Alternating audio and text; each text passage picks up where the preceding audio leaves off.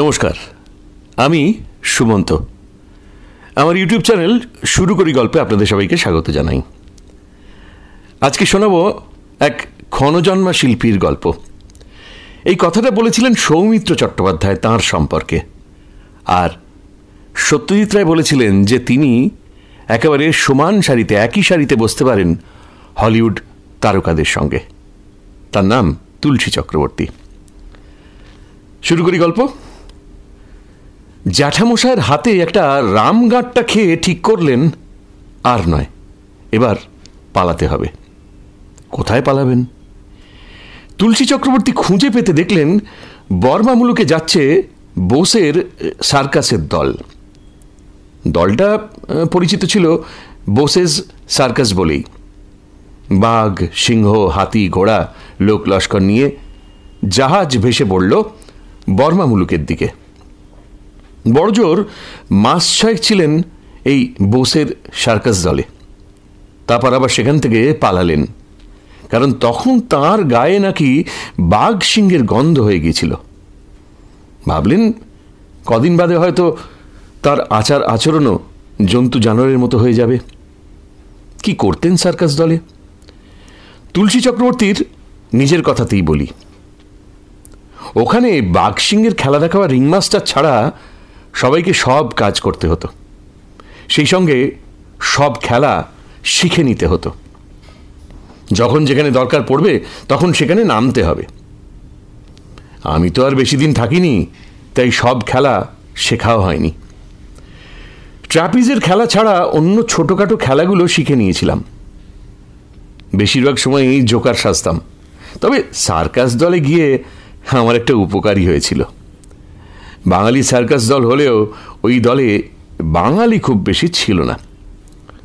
বেশিরভাগই আপকান্ট্রির হিন্দু মুসলমান।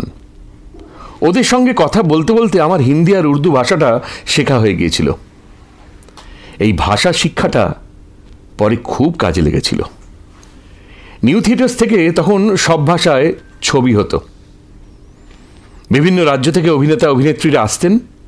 হিন্দি উর্দুটা গড়গড়িয়ে বলতে পারতেন বলে নিউ থিয়েটার্সের অন্য ভাষার ছবিগুলোতেও তুলসী চক্রবর্তী প্রচুর কাজ করেছেন। কিন্তু জ্যাঠামশায়ের হাতে গাঁটটা খেয়েছিলেন কেন? সেজন্য ওর ছেলেবেলার কথা একটু বলতেই হয়। ওর বাবা আশুতোষ চক্রবর্তী রেলে কাজ করতেন, বদলির চাকরি। আজ এখানে তো কাল সেখানে। এইভাবে তো ছেলে মানুষ হতে পারে না। তাই স্ত্রী নিস্তারিণী এবং বালক তুলসীকে জোড়াসাঁকোয় ওর দাদার কাছে, মানে তুলসী চক্রবর্তীর জ্যাঠামশাই প্রসাদ চক্রবর্তীর কাছে রেখে চলে গিয়েছিলেন আশুতোষবাবু, মানে তুলসী চক্রবর্তীর বাবা। তবে তুলসীর বছর 10 বয়সেই আশুতোষবাবুর মৃত্যু হয়। মা নিস্তারিণী দেবীকে নিয়ে জ্যাঠামশাইয়ের কাছেই তার পাকাপাকি থাকার ব্যবস্থা হলো।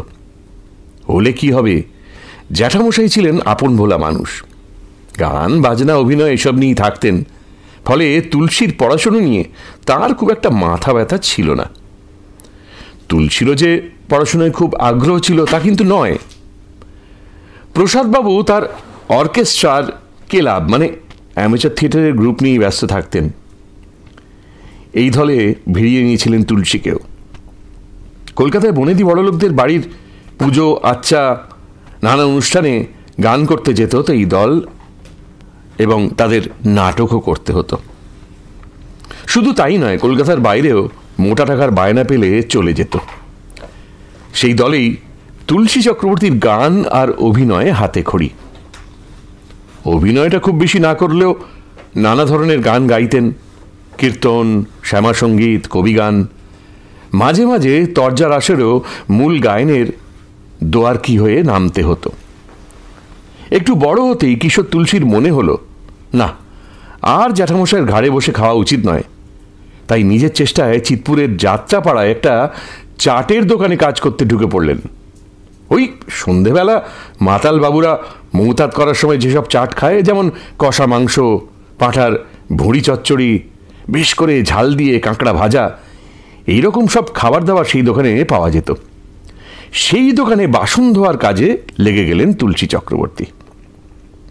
জ্যাঠামশাই সেইটা জানতে পেরে এসে মারলেন এক রাম গাঁটটা।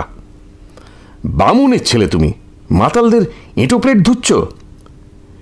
সেই যে চুল ধরে হিড়ির করে টানতে টানতে নিয়ে গেলেন, ব্যাস তাতেই চাকরি খতম। তারপরই একদিন ভোরবেলা বাড়ি ছেড়ে পলায়ন, সেই বোসের সার্কাস দলের সঙ্গে জাহাজে চেপে একেবারে বর্মা মুলুক। শোনালাম গল্প। গল্প যদি ভালো লাগে তাহলে অবশ্যই করে আমার চ্যানেল শুরু করি গল্প একটু সাবস্ক্রাইব এবং শেয়ার করলে ভালো লাগবে। আগামী গল্প নিশ্চয়ই হাজির করব।